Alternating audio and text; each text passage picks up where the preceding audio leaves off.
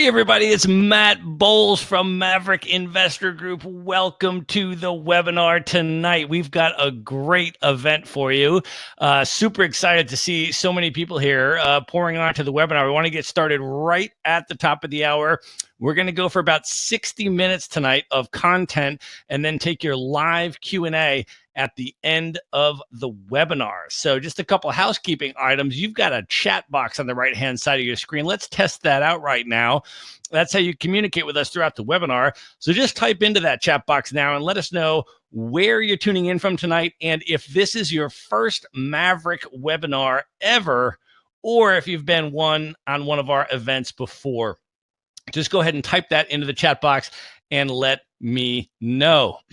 Just by way of introduction, for those of you that are not familiar with Maverick, I am one of the founding partners. Maverick Investor Group has been around for 12 years, and we have been serving individual real estate investors like you for every single one of those 12 years. That's 100% of our business. That's all we do. That is our niche specialty.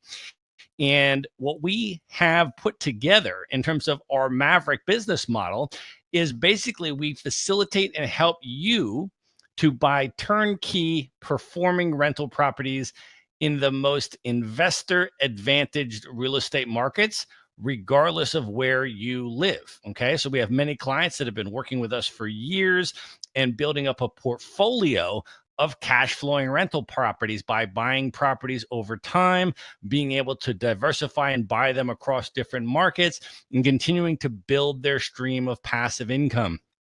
And so we've been featured in a lot of the different real estate investing press over the years. So you may have heard of us from there, and super excited to see a lot of people that I know as well that work pretty closely with us on the webinar tonight. So Michael from San Diego, welcome. Sonia from New York, welcome.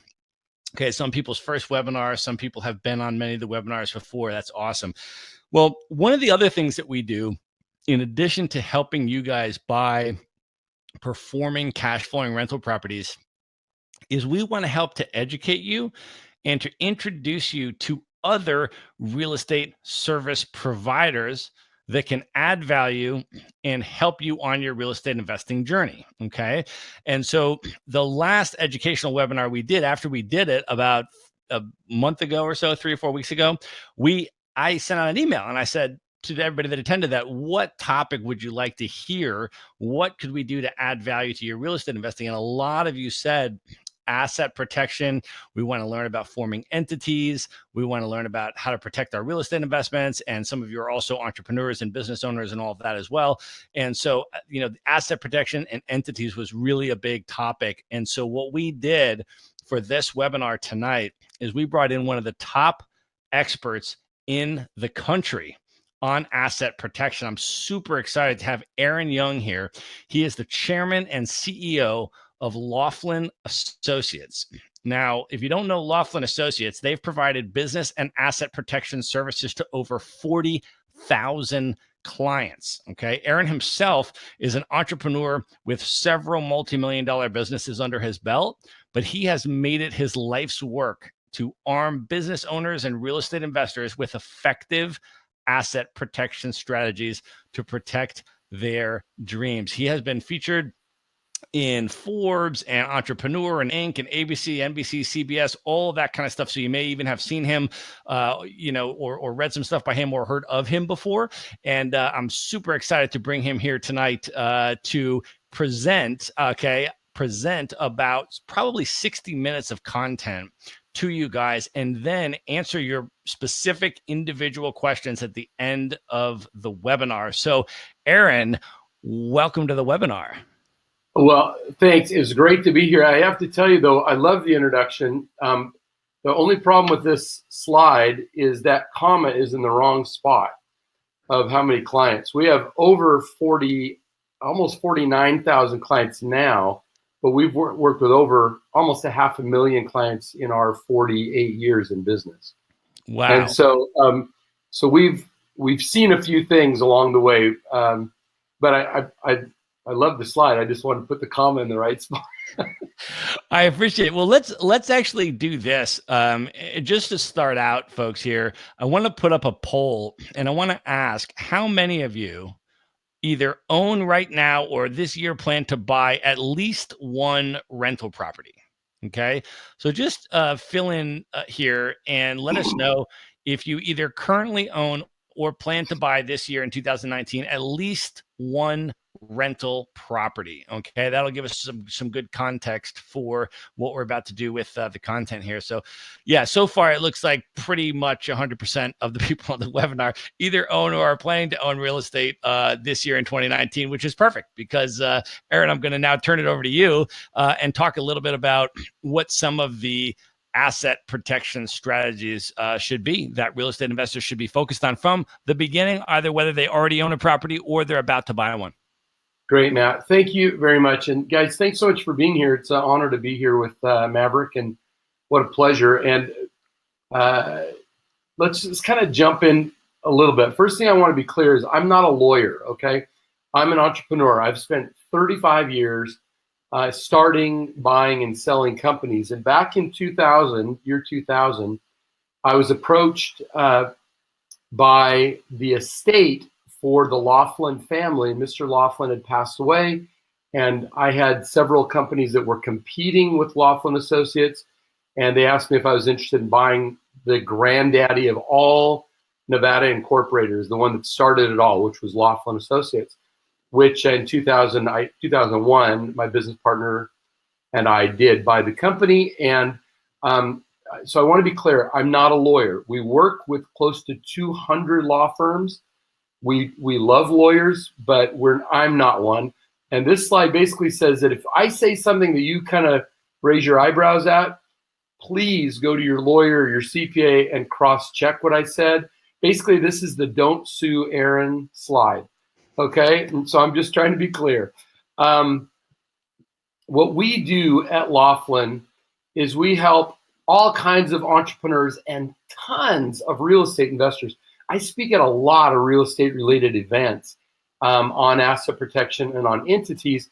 What we want to do is help you with entity formation, getting that right, C Corp, S Corp, LLC, trust, limited partnership, whatever. Get the right entity for your specific situation. There is no one size fits all. So we want to get you in the right entities. We want to organize you properly. We don't want to sell you too much or too little. We just want you to be properly organized so that you've got great lawsuit protection, you're getting all the tax advantages that are available to you, that your company is staying in compliance. And actually, we're going to spend a fair amount of time on that because almost everybody, I would say 95% plus of people that are in business, whether they're investors or they're running a going concern, are making a gigantic mistake they don't even know they're making. They're breaking the law. They don't even know they are. And we want to make sure that we teach you about that tonight. But we provide compliance services for tens of thousands of companies. We also have, we're not insurance related, but there is an estate planning element to the work that we do because these corporations and LLCs, they don't die. They just get a new board of directors, a new leader. And so if you're properly organized, it's much easier to move wealth from you to the next generation or whatever heirs you have in mind. So that's what we do. So I love working with investors. It's so much fun. And there's so much opportunity, both when the market's going up and when the market's going down, to make money. And so a lot of people get seduced by this and they want to jump in and take the retirement and go in whole hog, even if they're working a job or running another business. But it's really critical that you know the kind of the rules of the game and you don't just go in blind, because the people that don't learn the rules are the ones who end up really losing a lot of times everything they've built. So we just want to give you some ammunition or some tips and some facts that will help you to protect what you're working on building. Whether you're going to buy your first place or you've got a whole portfolio, you've got 400 doors. That's okay. Whatever it is, we want to make sure you're properly set up to get the greatest value. Aaron, Matt, let me ask you a question. Oh yeah, go ahead. How we are having some audio problems for. How is it? Coming through great, perfect, no problem. I wanted to just jump in here for a minute though and throw up another poll here as you move into this next section. I want to ask how many people on the webinar tonight currently own at least one entity. Either you have an LLC or an S corp or some kind of entity. You have started at least one entity previously, and you currently own that, versus people that have never or don't currently own an entity. Okay. Well, that's really cool because, Aaron, it's looking like it's about 50-50 in terms of about half of the people have started or own at least one entity so far, and about half of the people have not yet started an entity. So I just give you that for context as you move forward into the next section here. All right, great. So that's great because we've got half the people who are in a position to start off on the right foot. And then you've got another group of people who may learn something new in here, maybe something you didn't know before that will make you a better owner of that entity and make sure that you are getting the full value that you paid for from the entity. So let's go. In real estate investment, and I don't mean to be a downer or negative, but the more you do in real estate, it's really not if you're going to get sued, it's when you're going to get sued. Because somebody somewhere eventually will slip and fall. Somebody will do something on a property that you own that will be frustrating. You'll be refurbishing a property somewhere and somebody will get hurt on the job. And when I go speak, and I've got 3 major real estate events I'll be speaking at in the next couple of months. And I hear this from investors all over the country that it's an eventuality. You've got to be prepared for it. The idea is, can we stop it before it starts, or can we have a great Kevlar vest, a wall, a moat, alligators, everything in there to keep us safe so that lawsuit isn't devastating. It's something that can be easily managed. Your business entity, properly organized, will be a tremendous suit of armor to keep you protected if you're following the rules, if you understand how they work. So since we know that there's a chance that that could happen, here's why. See, I don't care who you are. If you're the landlord of one place, or if you're a business owner and you have a coffee kiosk that people drive up to in some parking lot, your employees, your friends who know you own your own, you don't have to show up at somebody else's business. You own your own business. If you have the pleasure of having a little nicer car or a little extra money to go on vacation, people see you as rich. You're an owner, you're an investor, they're not. They see you as rich. A lot of your tenants will assume that you're, somehow you're a good, you've got a deep pocket. Let's just say it that way. And so if people are seeing you as that, there may be a predisposition to redistribute your wealth to them. And so what we want to do is make sure that it's virtually impossible for them to get it. The best thing we can do, since most of those lawsuits are frivolous, they're self-serving, and they're almost always hire lawyers on what's called contingency. The lawyer, you've heard these commercials, you don't pay anything unless you win, right? So the best way to stop a lawsuit is make your circumstance difficult for that commission-based lawyer to see a pot of gold at the end of the rainbow. We want to put as many roadblocks up so that commission lawyer says, maybe I don't want to do this on the commission at the end. Maybe I want to charge by the hour. And as soon as somebody has to pay $400, $500, $600, $700 an hour, their desire to sue goes way down, way down. So the more you can present yourself as a fortress, the less likely you are to have to deal with these problems. The quicker you can just reduce the incentive to be sued. In real estate investment, we often use limited liability companies as the vehicle to hold the property or multiple properties. Why do we use LLCs? Well, fabulous asset. Now, this is all if you're set up, if you're organized and operating for those 50% that already have entities. It's not just enough to form it. You have to be following all the compliance rules that go along with it. When you do that, LLCs are phenomenal for asset protection, for tax benefits, for protection against creditors. Let me tell you, the reason people use business entities is because the entity can die. It can be like the ship is sinking and you don't have to go down with the ship. All right. The whole reason entities were ever created 500 years ago for corporations was so that the shareholder could be separate from the going concern. And the going concern, if it fell on hard times, could close up and the creditors could get maybe the remains of that company, but they couldn't go back to the owner and get their personal estate. Making sense? So what we want to do is create this paper person called an LLC, limited liability company, in the eyes of the government, in the eyes of the tax collector, in the eyes of the courts. This is a separate paper person. It has its own life, its own social security number, its own birthday. It's got all the rights and responsibilities and opportunities and obligations of a live human being, right? So that's why we use entities. For those of you that don't have them yet, what we're trying to do is get you protection against creditors. Separate your home and your estate and your savings and the coin, the collection, the antiques that you got from when your grandma and grandpa might have passed away. All that stuff is separate from that rental house, that apartment complex, the duplex, or whatever. It's separation. This gives you great, I talked about estate planning, prestige and credibility.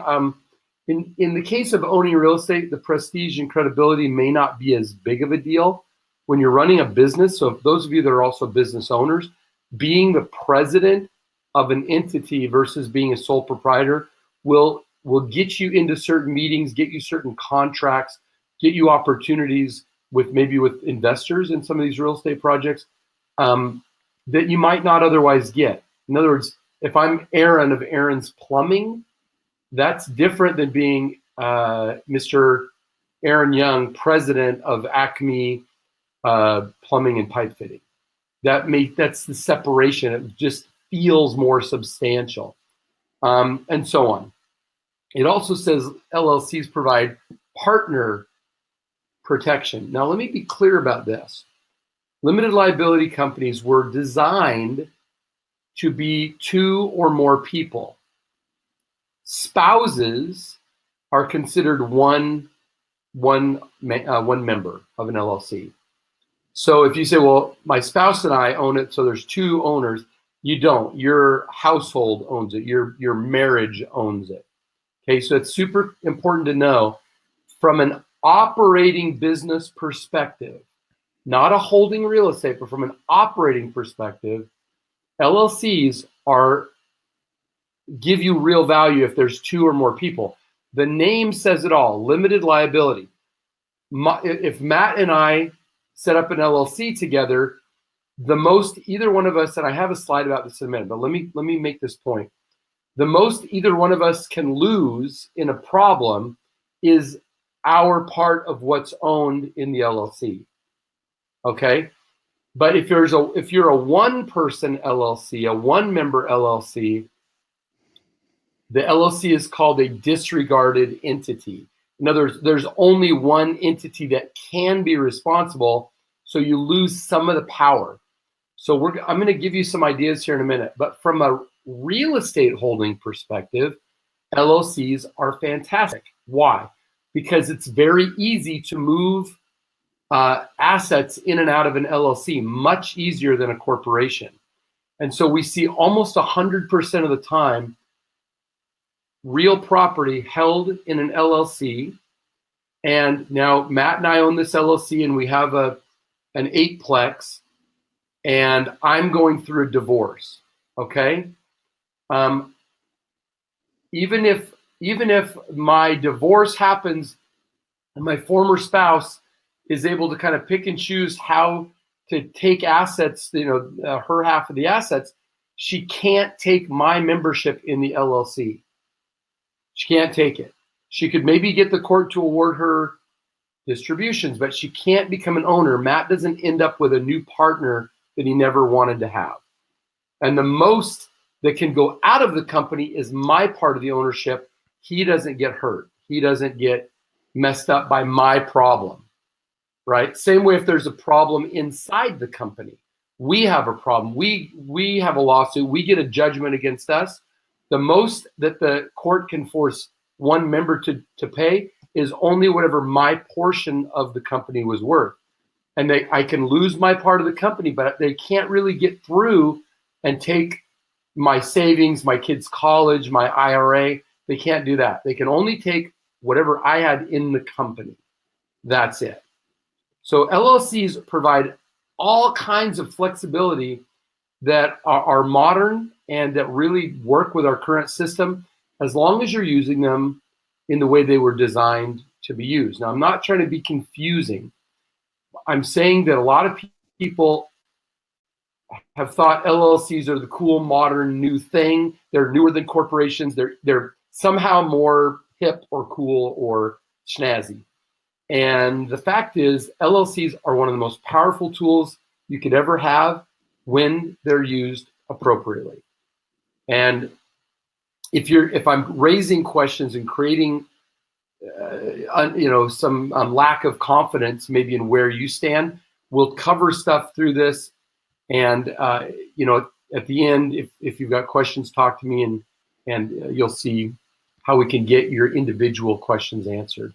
Yeah, go ahead and type in the chat box right now how you guys are taking this so far, and if everything is kind of making sense so far. So Aaron's just basically laying some initial groundwork, and then we're going to go a little bit deeper and explain a little bit more of these aspects in a little bit more detail. So I think a lot of it, if anyone's confused at this point, I think a lot of it will get increasingly clear towards the end. But go ahead and type in the chat box now and let us know if you're pretty much following stuff so far. And then Aaron, go ahead and keep rolling on to the next part.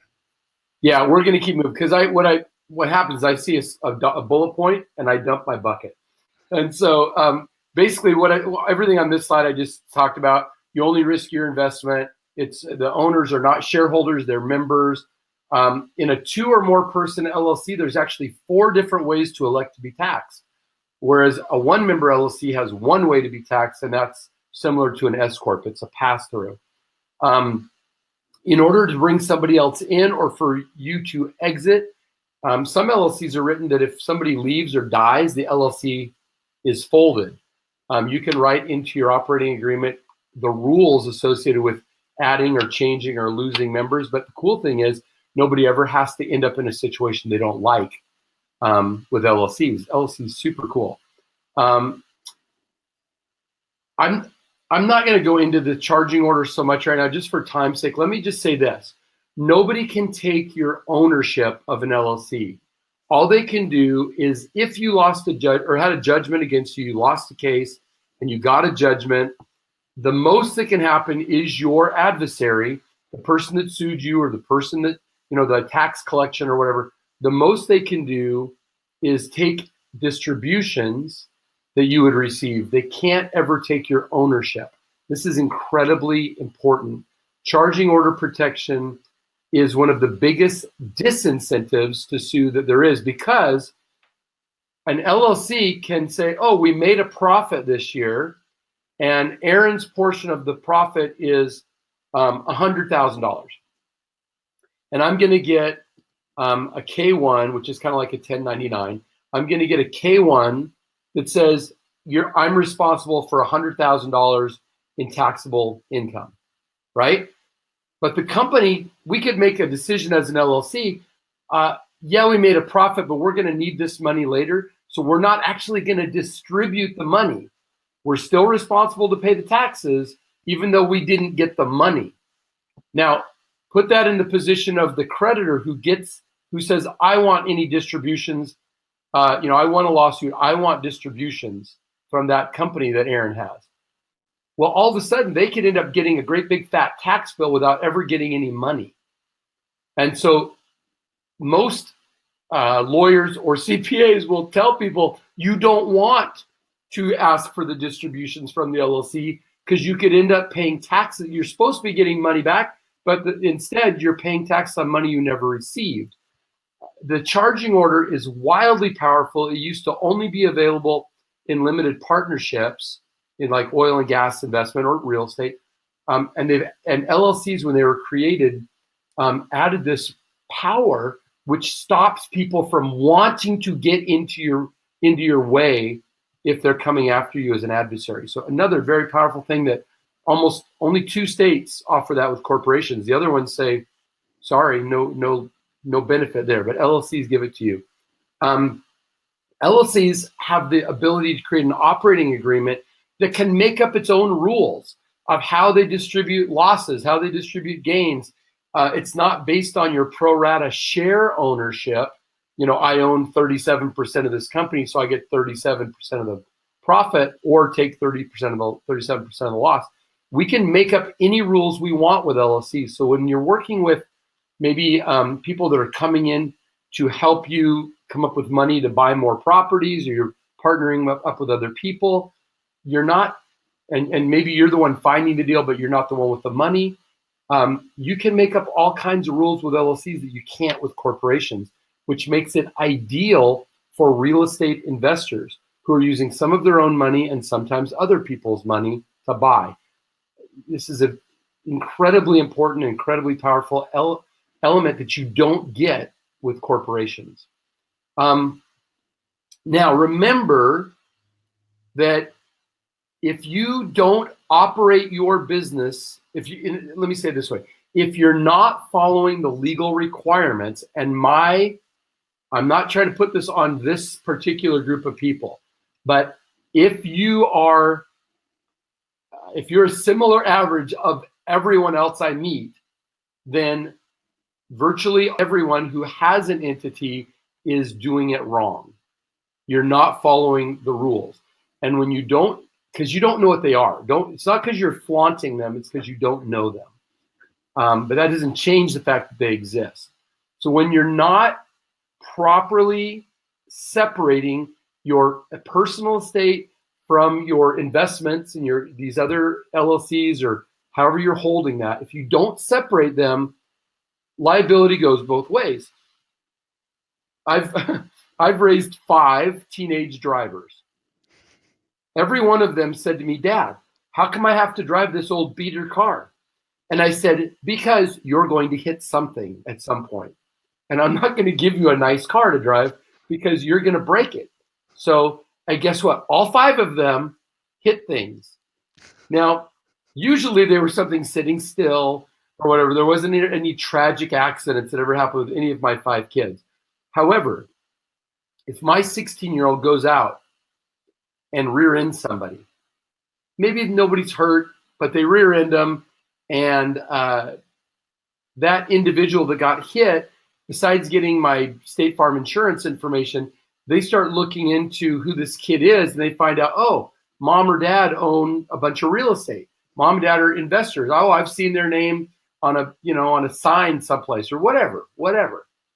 All of a sudden they go, oh, gee, my neck is kind of hurting. Oh man, I've got pain and suffering. I can't go to work. And all of a sudden, because you didn't have assets separated into entities, you're all doing it in your own name. All of a sudden, that family issue could bleed over, and they can take, if they win a judgment, they can take your real estate or at least your equity. Vice versa, something bad happens at the rental property, and they sue you, and because the rental property is just in your name, now they can come through and get a judgment that takes whatever's in the rental property plus anything else you've got until the judgment is satisfied. It's why separation is critical. It's why, based on your tolerance for risk, you've got to move things into separate, let's just say separate buckets, so that only one bucket might be at risk, not everything that you have.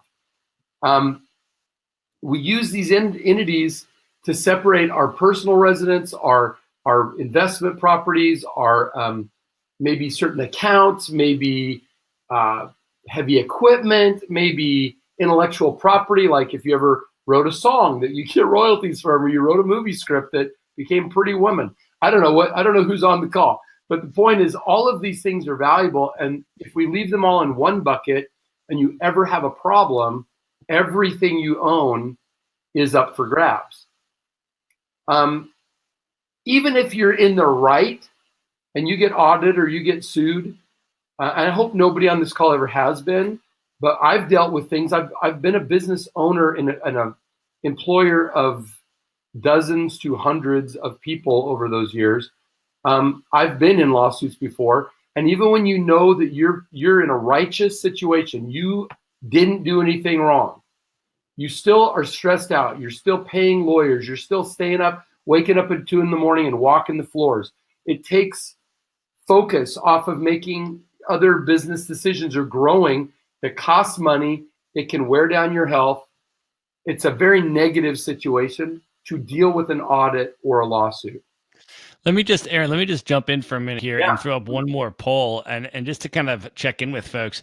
How many people here on the webinar tonight would you describe yourself as a salaried employee? You've got a job, you work for a company, or some kind of institution. How many people versus how many people would be self-employed or solopreneurs? You work for yourself. Or versus the third category here is how many people would describe themselves as a business owner, meaning you manage at least some other people, and how many people then the final category would be, either you're a financially free investor or you're retired, basically, right? So you're living off of the income from your passive income from your real estate or your investments or that sort of thing. Okay, so you can just go ahead and fill those in there. And that may just give us a little bit more context, Aaron. What are you learning? What are you seeing? So it looks like most of the people are salaried employees. That's the largest plurality. And the second most category is the self-employed or solopreneur category. So just put that out there for context. Only a tiny fraction of the people in the last census, about 22 million people in the last U.S. Census, said that they owned a business or were self-employed. And that could be somebody selling Avon or some other, in your living room kind of sales or multi-level marketing, all the way up to, whatever, Steve Jobs. Well, not Steve Jobs anymore, but you know what I mean. Most businesses are one person. And so that's pretty common. And then we also see tons of people who are W-2 employees who are redirecting, self-directing their retirement funds into other sorts of investments. So it's very common. But the fact is, especially if you're working for somebody else and you're taking that money that you're looking forward to having in the future and you're trying to magnify it more quickly through self-direction, we really don't want to see you lose that money, right? And that's another reason why Matt's having me on here tonight, I think, to say, how are you going to put real protection around that so you can go out and feel confident leveraging your savings into something that's going to make you a lot more money than the crazy ups and downs of the stock market, I'm glad that we know that. So we want to create separation from the investment properties and then your household, okay? That's the goal, is to start to separate. And then you say, well, okay, Aaron, so what does that mean? Like, how many entities should I set up? Or what's the standard for how many buckets you should have for your real estate portfolio? And here's the thing. Let's say you have 100 individual, real estate investments. It could be a single family, a duplex, an apartment complex, whatever.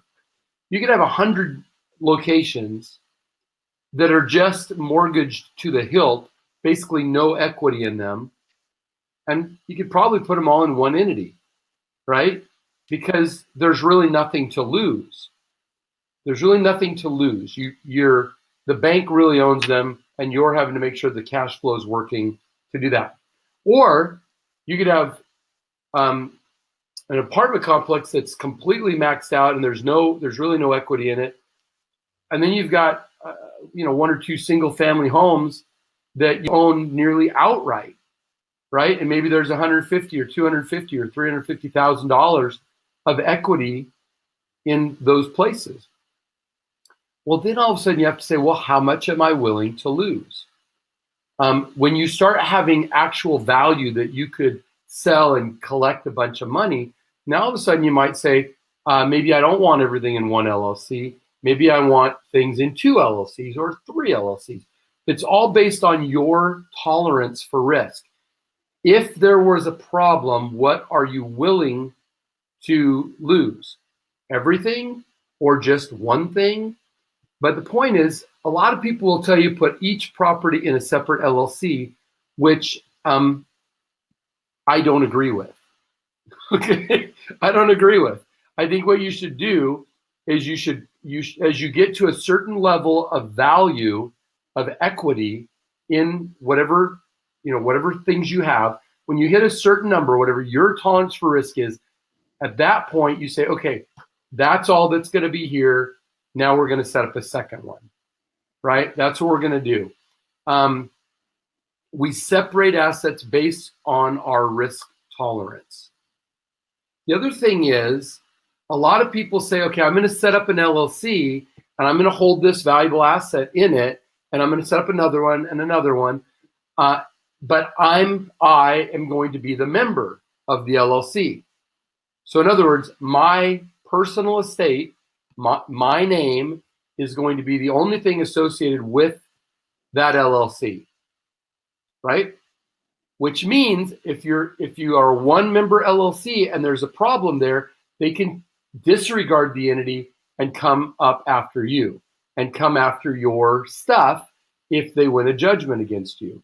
So as you start to build up more of a portfolio and the portfolio starts to have equity and there's something to lose, my recommendation is you say, okay, we're going to put one more layer in there.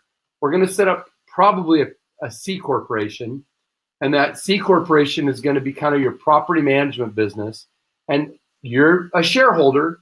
You may be the only shareholder, but now that entity can be the single member of all of them, but you've put in a level of asset protection that didn't exist when you just were starting out with that first one rental house. Now you've got real wealth. You're starting to build a real valuable portfolio. Let's put the next step in. Now maybe you're getting to a place like, well, I won't say his name, but one of my great friends who has almost $1 billion in equity in his real estate. It's commercial real estate and hotels. But I've worked with him on asset protection for his portfolio of properties, and we go a level further, and maybe we add a trust or a limited partnership. We start doing more stuff. As the value gets bigger, we need to become more sophisticated in how we structure the ownership of it.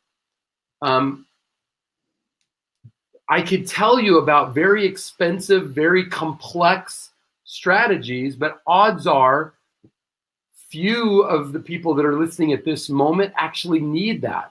And so there's no particular reason to spend a lot of our valuable time on it, but it's important that you know that there are levels and layers of protection that will benefit you as you reach milestones in your investment portfolio. Matt, do you agree with that? Yeah, 100%. I mean, I think that, there's really, I see kind of two ends of the continuum where people are making mistakes in this area with the real estate investments. The one end of the continuum is they're not getting enough asset protection. They're just holding a property in their personal name, and it's out there and they have too much liability.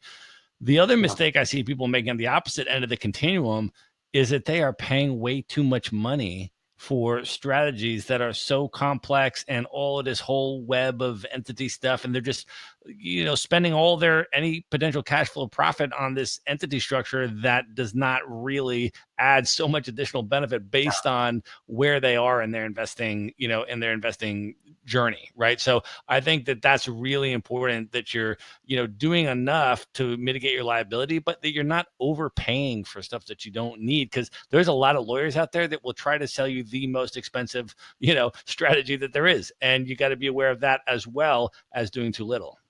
Yeah, a lot of attorneys. I'm not knocking attorneys, but they've spent a lot of money. They've got these beautiful marbled halls, offices and high rises or whatever. And a corporation through them may be $3,000 to $5,000, whereas through Laughlin, and by the way, we're doing this on a wholesale level to a lot of lawyers, it's going to be a few $100s. And so it's the exact same result. You just didn't have to pay for the marble halls, right? And so there is no magic to doing these things, but you do need to do it completely. One of the problems with doing it online, I'm just going to use a name maybe I won't, but some of the names you hear on the radio a lot, when you go online and you're kind of just picking off the list of what you want, you'll tend to choose the cheapest thing that they offer, that $99 incorporation or wherever. And what you end up with is something that's filed with the state, and you've got your name and they acknowledge it and they give you a tax ID number, but it's incomplete in the eyes of the law. And so you have less than you should have. Or like Matt said, the other side is somebody sells you a whole bunch of gobbledygook that you don't need for this beginning venture. And you end up going, what the heck happened? And you lose trust in people and so on. It's really important to know that there are options and that you do things in phases and stages and don't jump to the most expensive thing. You want to build the foundation of your entity properly so that it can actually work and protect you. When you're properly organized and you're using business entities, LLCs and corporations, there are all kinds of stuff that now become pre-tax expenses. And you'd be blown away by the things that you can use pre-tax money that you're going to benefit your life. You're going to augment your life. It's like getting a 35% pay raise. When you take all kinds of deductions, but remember, they've got to be ordinary and necessary. There's got to be some justification for it. And you need to at least have a cursory understanding of how the rules work so that you can make logical choices, even if you don't have all the fine details. But there's so many benefits that come with entity ownership that you just do not get as a sole proprietor. There are thousands of deductions that corporations or properly set up LLCs get that individual sole proprietors don't get. And there's some good ones for sole proprietors, but there's literally thousands of deductions for corporations and LLCs that sole proprietors just are not going to enjoy. So you get these huge benefits, but with those benefits come responsibilities. You have obligations.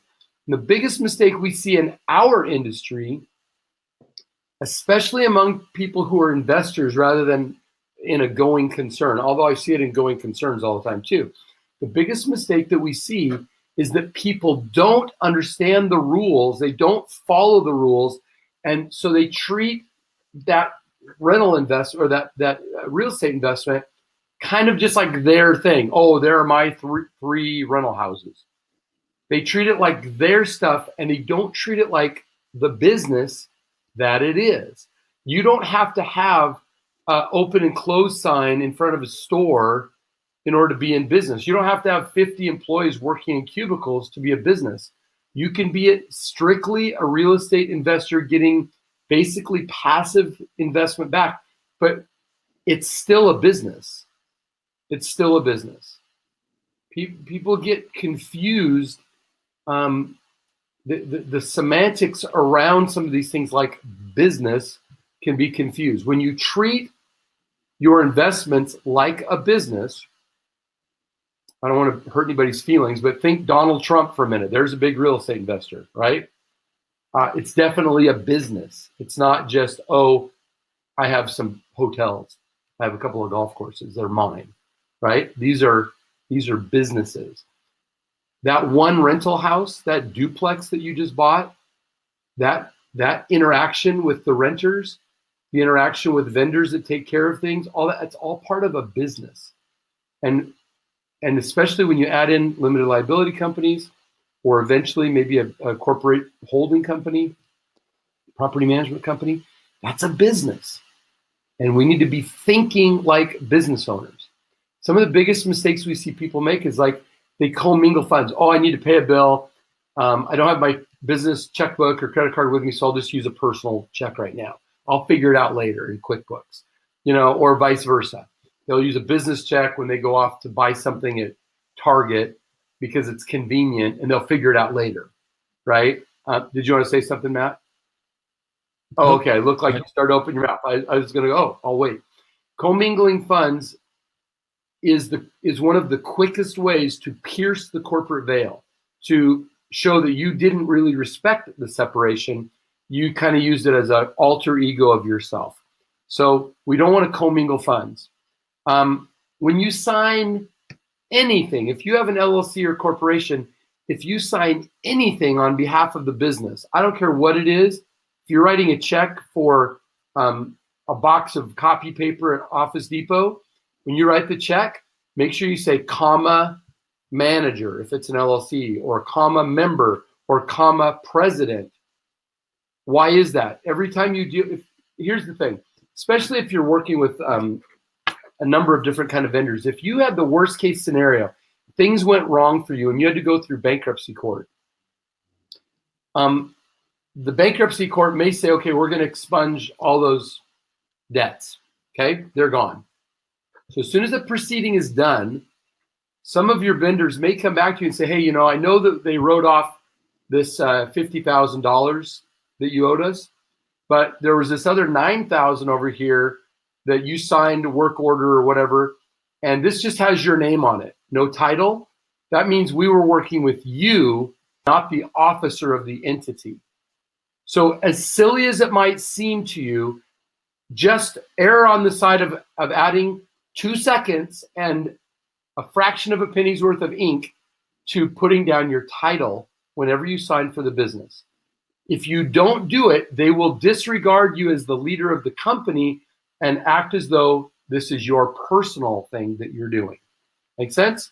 So you got to do that. Here's what most people do. They don't do anything. They completely ignore the separation between them and their entity. They just treat it like their own checkbook, like it's their money. They took their retirement money and put it into this. This is theirs, even though they set up an LLC. It doesn't. They don't follow any of the protocol. They don't follow any of the laws or any of the rules. They just and the excuse is always, well, I only have these 2 houses, or I'm just a little company, or I'm not making any money at this yet. It's costing me money, right? Who's going to come after me? I'm just like a regular person. That's what everybody thinks until the problem happens. And I'm not trying to be gloom and doom. I'm telling you, every 22 seconds in the United States, every 22 seconds, there's a lawsuit against a small business. Every 22 seconds. And it costs over $1 billion a year, according to the U.S. Chamber of Commerce, to defend against frivolous litigation. We're not talking about fraud. We're not talking about sexual harassment. I'm talking about real, frivolous lawsuits. Dumb things. People are just trying to get you to settle with them and write them a $10,000 check or something. So when we say, oh, it'll never happen to me, that is just wishful thinking. I hope it never does. I have a client, I'm going to tell you a quick story, and then I want to finish the slides. But I had a guy came to me and he said, Aaron, I loved your talk. I've been a pharmacist. I've owned my own, corner pharmacy, just one location for over 30 years. It's a sole proprietorship. It's all me. There is no business entity. I've never had a lawsuit, never had a problem. But you've kind of convinced me that I had to reconsider that. So let's go ahead and get set up. And we set up his entity and got his corporate compliance stuff going, and everything was cool. And don't you know, a couple years later, he got his very first lawsuit. And the entity is what shielded all of the wealth he'd built over his whole 30 years as a pharmacist. All of his home, his equity, and so all this stuff was shielded because he'd done it. So saying it'll never happen to me, or I've been in business for 12 years and it's never happened, doesn't mean something won't happen tonight when you're driving in your car to the grocery store. And I could tell you a million stories. Unfortunately, in my industry, I hear a lot of what I call event-driven stories. People have had a horrible circumstance and come and say, that can never happen to me again. and now I'm going to get serious. So it's very admirable that Matt and Maverick is wanting you to get this education now, before the problem. Okay. Failure to follow the rules will leave you personally exposed to liability and tax penalties. I've told you that already. LLCs will help reduce that risk. They'll help solve those problems. They'll give you that shield. They'll give you the Kevlar vest.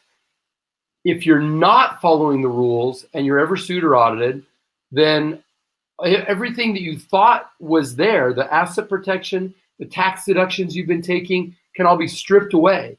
The auditor can come in and say, you haven't been following the rules, and so we're going to disallow the last 3 years, 5 years of these deductions because you didn't really qualify for them because you weren't managing a company according to the rules. So what do we need to do? And this is Cornell Law Review says, if you fail to keep proper corporate records, so that's what I'm getting to, the corporate records, the corporate compliance. If you fail to keep proper corporate records and you're ever sued, you have a 50 to 94% chance of losing your personal assets to satisfy that business judgment. 50 to 94. I have another one from Wake Forest Law that says, on average, you could lose 90% of your personal assets. It's pretty bad. So what are corporate records? What do we need to do for that? What are we going to do to make sure we're getting the value that we paid for when we set up that LLC or corporation, so that we can not be stressed out, not be a victim? Basically take the target off our back as we go out there and engage with the world. How can we do it? Well, first thing you have to do is, let me go back one slide and set this up. Business entities are required by law to keep corporate formalities. Now, let me be clear about this. This has been true for corporations forever. They have to have a board of directors. They have to hold board meetings, keep minutes, pass resolutions. Limited liability companies were set up originally to not have to do that, to not have to do corporate formalities. So why am I bringing it up? Well, there's statutory law, and that's the way the law is written, the statute. And then there's case law, and case law trumps statutory law. And now, in all 50 states, LLCs are required by case law to hold meetings, keep minutes, and pass resolutions, just like corporations. The only exception is one-member LLCs in South Carolina. That is the only exception. So two-member LLCs in South Carolina have to have board meetings. All the other states, you have to do it whether you're a one-member or multi-member LLC. So what do we need to do? You need to hold regular meetings. You need to keep minutes. Minutes are basically just, on this day, these people got together and talked about this stuff. And then when you make a decision, you pass what's called a resolution, which is basically a permission slip from the board of directors for the manager of that LLC to go and do whatever was decided to do. And there are many hundreds of things that are required to be written up as a board resolution at or near the time the decision was made. Now, I can't do a poll, and we're running out of time anyway, so I'm just going to say this. Some of you will understand that you don't want to get mixed up in understanding all the paperwork and all the eventualities where you might need to be doing it in order to follow the law, which will ensure your protection. But there are some do-it-yourselfers out there, and I know that, and you can learn this. If you want to spend your time on it, you can learn it.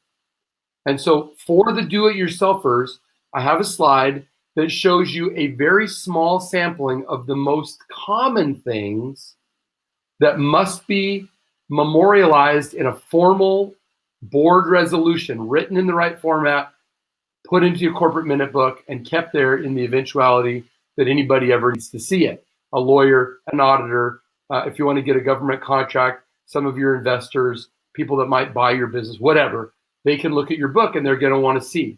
So for you do-it-yourselfers, this will go by kind of fast, but I want you to at least see a fraction of what needs to be done but these are the most common things, okay?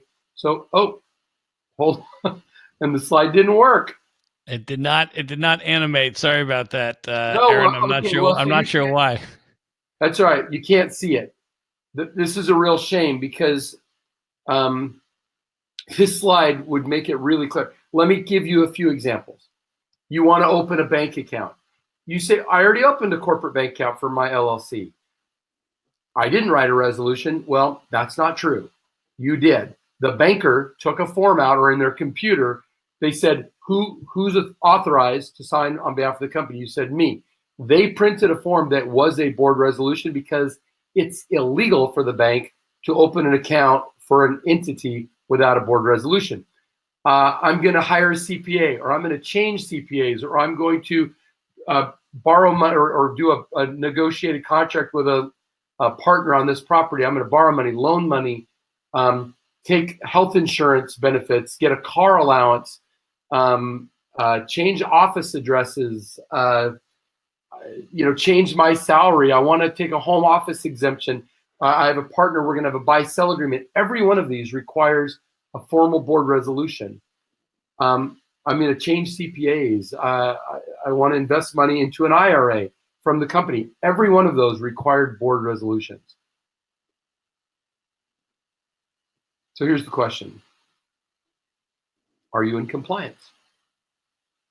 Only you know, but usually by this point in this conversation, the hair is standing up on people's necks, or they're calling their spouse and going, oh my hell, or they're texting their partner going, we need to talk tomorrow morning. This is what happens here, because all of a sudden we realize, maybe there's stuff I didn't know was my responsibility. I didn't know that was the law. And now I'm teaching you, and you're going, can this be right? Who is this guy? Well, I'm telling you, we've been doing this for 48 years, hundreds of thousands of companies, and our clients stay with us for a very long time, even through the lawsuits and the audits and the divorces and the partner breakups and all that stuff. Why? Because the things that are organized for them are done in such a way that they have the least amount of pain when things go south, because they're organized properly. Because when you follow the rules protect you. And when you don't know the rules, or you ignore the rules, if you're ever challenged, you will be hung out to dry. Let's just say it that way.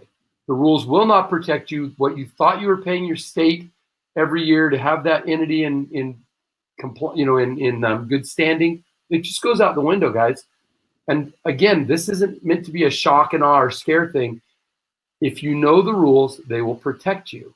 And that's why we're talking about this tonight. I want to just end with this little story. You guys all know the three little pigs, right? So the little pigs represent so many of us. They're just kind of living their life. They've got their homes in the suburbs, and they all are doing whatever they're doing. And one little pig has a beautiful home they built out of straw, and another one out of sticks. And then the one pain in the butt older brother, who's always being all persnickety to everybody, constantly working on this brick house and tending it and fixing it and stuccoing, mortaring it and doing all this stuff. And the other people are like, why in the world are you doing this? The odds of you ever having a problem are so silly. You're just a regular person. You're not a big deal. You're just a regular person. You're not some multimillionaire. What are you stressing about? Well, all of a sudden one day, the big bad wolf shows up at the door, right? The wolf shows up and he goes to the house of straw and he, little pig, let me come in. Not by the hair of our chinny chin chins. Then I'll huff and I'll puff and I'll blow your house in, right? And guess what the wolf does? He blows the freaking house down. There's no screwing around about it. He shows up, he says what he's going to do, and he does it. The little pig's terrified, runs to his brother's house, the house of sticks, and the wolf comes, says, little pig, let me come in, or I'll huff and I'll puff. And he blows the freaking stick house down. So now, terrified for their life, they run as fast as they can to the home of the brother in the brick house. The wolf huffs and puffs and goes around the house and threatens and just all this stuff. But no matter what he does, he can't blow down the brick house. Now, in the actual story, the wolf tries to go up to the chimney and come down through the chimney to get to the pigs, and they burn him up in the fireplace.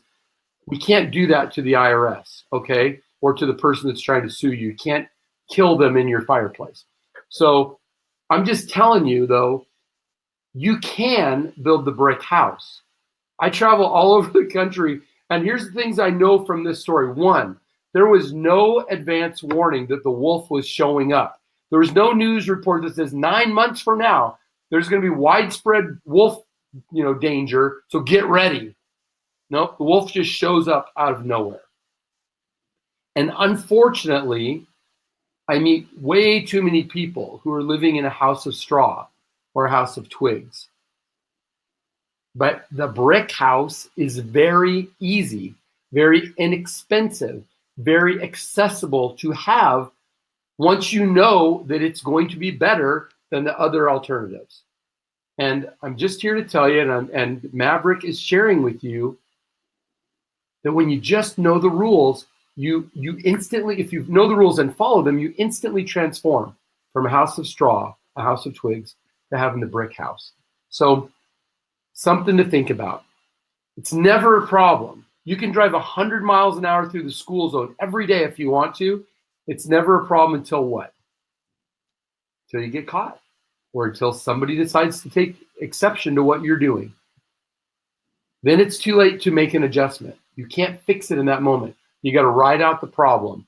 And when the problem's over, then you can say, okay, we're going to retool and we're going to do it in a different, better way. Because now I've learned through sad experience that it does apply to me and that it can happen to me. And it didn't have to happen, but it did. So let's not let you guys be in that spot. Let's make sure that you have a house of bricks. You've got a moat. You've got piranhas in the moat. You're wearing a Kevlar vest. You're totally safe. Football helmet, bubble wrap, whatever you want, you're safe. That's what I want for you guys. So here's what we're offering you guys. Some of you don't have an entity yet. Some of you have entities. Some of you have your first piece of property, you're getting ready to buy it. Some of you have a whole portfolio. Everybody's different. There is no one right thing. And depending on where you are in the evolution of building your portfolio, you may need something than the other person who's, sitting here on this call listening as well. There is no one size fits all. So what we want to do is just talk to you about it and see if we can figure out, where are you now? What are your aspirations? What are your goals for your real estate holdings? What might you need in the future? What do you need right now? Is what you have put together properly? Are you in corporate compliance? Whatever. We want to have a one-on-one conversation where we just figure out where you are. And I'm telling you what, we've been here for a long time. Laughlin has. We have about 100,000 people that orbit around us all the time who are not customers yet. They listen to webinars, they get our free ebooks, they listen to podcasts, they do all this stuff. They're maybe working a job and waiting for that opportunity to jump in and do something different. And our goal is never to push anybody to take a step they don't want to take. Our goal is to educate you, and hopefully when you're armed with the tools, when you decide to make a move, you'll consider us and give us a chance to earn your business. So all we want to do today is offer you a chance to have a free one-on-one consultation where we figure out, where are you? What do you want to do? Are you organized well? Is there something we can add? Is there something we can teach you about milestones in the future? And the way you would register to do that is in this URL right there at the bottom of the screen, maverickinvestorgroup.com/AP. Let's go back to you, Matt. That's the presentation. Awesome. Well, folks, we'd like to, first of all, right now, open it up to Q&A. So go ahead and type your questions into the chat box. I'm going to read them out live right now to Aaron, and he will answer as many questions as we have time for on the webinar tonight. But I would encourage everybody, this consultation he's offering is, first of all, it's completely free. And you can call and get your individualized questions and scenarios, answered and assessed, and sort of, basically develop the plan that's going to be the best thing for you, whether or not you choose to, do business with Do Lawful and anything. Associates. Yeah. This is your opportunity to basically develop your own asset protection plan and strategy for free.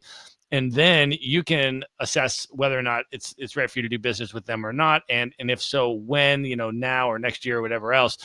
So there's no obligation at all. So And to be on the pressure. There's no yeah, pressure to do anything.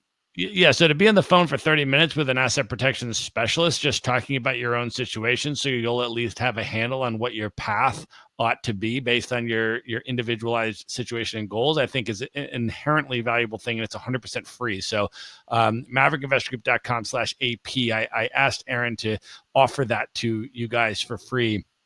And he was willing to do that. So that is going to be an inherently valuable thing for anybody to jump on and just get a sense of what you are going to want to do moving into the future. So let's go ahead and start. Reading out some of the questions here. I'll read them out to you, Aaron, as they come in, and you can answer them. So, all right. Sure.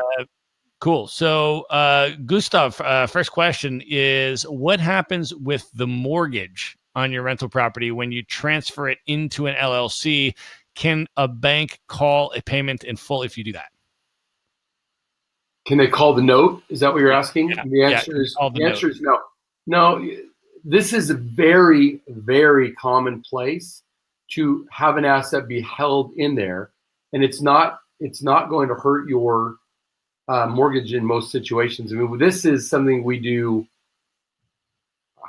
I don't want to say hundreds of times, maybe let me say dozens and dozens of times a month. And there's a natural protocol for how you'll work with lenders on this situation, and our team can explain it in detail based on your exact situation. There's nothing that you're going to be doing that's going to mess you up, especially not going in. Sometimes going out, there can sometimes be tax ramifications of shifting things where you have a step up in basis, which I'm not going to explain all that. If you don't know what that means, get on the phone and we'll talk to you about it. But the banks, the lending institutions are incredibly familiar with putting real estate into something that protects it. As a matter of fact, they like it. And it doesn't remove you as the borrower, as the one who's obligated to the note. It just makes it harder for anybody else to take it away. Okay. All right. So the next question from Michael is, would it be best to start with a holding company and then add LLCs as you grow? Well, I shook my head immediately. It's perfectly fine to start with a holding company and one LLC. LLCs are where you want to hold the property. An LLC is so much more valuable, I should say so much more flexible than a corporation for actually holding the asset that you may or may not hold on a long-term basis. Now, I know that this Maverick is really a buy and hold company, right? You're not fix and flip. You're not doing that. People are buying and holding and building cash flow. And so you're not necessarily going to move it, but you don't know because the market could change. You might want to do a 1031 exchange. You might come up with all kinds of ideas that are going to make more money for you. And you want to have ease in the ability to move assets around inside the entity. And an LLC is dramatically easier to work with than a corp. However, the corporation will give you a whole other level of liability protection against problems at that rental location. Okay. The next question is, what about a series LLC with child LLCs for each property? Let me say two things. One is a series LLC is conceptually a cool thing, but almost every tax provider that we've ever worked with has talked about the complexity of dealing with series LLCs. And so if you're in a sophisticated investment situation and you really know what you're doing and you've got a really good real estate CPA, then I think that that's perfectly fine. I mean, there's a lot of logic to series LLCs. The other thing is they're not very old. They haven't been around for that many years. And so there isn't a lot of case law in every state dealing with, for the states that even offer a series. A lot of states don't have a series LLC. You don't want to be the person where they're making the new ground in a problem, right? You don't want to be the experiment. So you want to really make sure if you're going to use that, which is perfectly fine, that you really have good professionals to help you, especially from the tax perspective in dealing with it. That's all I'll say. I own a number of, I've done a lot of real estate development, and I own investment real estate, and just my personal comfort level, and I'm not saying this is better. I'm saying my choice is I don't use real estate trusts, and I don't use series LLCs. Okay. Why? Because what I use has tremendous amounts of examples of cases of how to deal with it, and I don't want to plow new ground. Great. Aaron, can you talk a little bit more about Laughlin in terms of certification, licenses, association credentials, that sort of stuff? You mean, are we certified, or do we have a special license? Yeah, well, there was just a general question about you and the company and that kind of stuff in terms of certifications or licenses or that kind of stuff, just in terms of the business.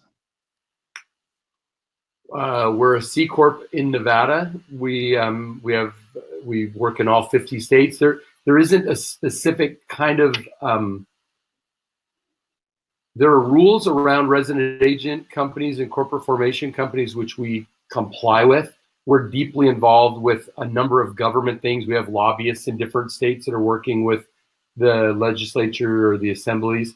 We've been in business, like I said, going on 50 years, and have been a significant player in dealing with things all the way up to congressional committees. I mean, we're a highly understood commodity, and one of the leaders in the industry. But there isn't any, like, you don't have to be a lawyer or a CPA to do this. What you have to do is really understand what's going on around the country and understand the compliance elements of it, which is why so many law firms and so many CPA firms work with us. And I even think, I mean, just as a point of reference, Matt, I think you were introduced to us by a very famous CPA. Yep. Isn't that right? Diane Kennedy? Yep.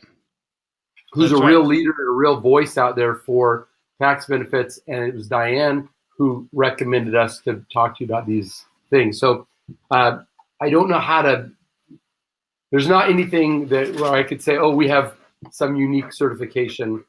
My senior consultants, by the time they can be called senior consultant, they've worked with at least 10,000 companies. I mean, we have tremendous experience, and we have legal and accounting people that are on the team. We have MBAs. I've had all kinds of people with specialized degrees that work for me, but the government doesn't require any specific licensure like a real estate broker or like an insurance salesperson or something like that. Awesome. Yeah, that's good context to know. Thank you for that. Next question is, can a trust be structured within an LLC? No. A trust is a separate contract that describes rules. And a trust can be a member of an LLC, but a trust isn't inside the LLC. It'd be the other way around. Okay. Great. All right, folks. Remember, the trust is the rules of engagement. So you might have a bunch of wealth, and then you have a holding company or maybe a limited partnership or something. That's how Walmart was set up. That's how Sam Walton's assets. He had his corporate entities, and all the shares were owned by a limited partnership. No matter what it was, the Walton value was in a limited partnership. Sam had 2% he was the general partner, and all of his wife and kids were the limiteds. And then there was a trust above that described, if I die or my wife and I both die, what if I have one kid that's a drug addict and another one that's a stockbroker, another one that's, a auto mechanic, so you've got one who's troubled, one who's rich, one who's middle class. How do we deal with the distribution of assets on my death? And the trust laid out the rules for all of that, and said, based on certain criteria, here's what's going to happen with the value. Because they own it, they get it, but they don't necessarily get to grab it and liquidate it and go crazy. So that's where you would use a trust in your business planning, is decide,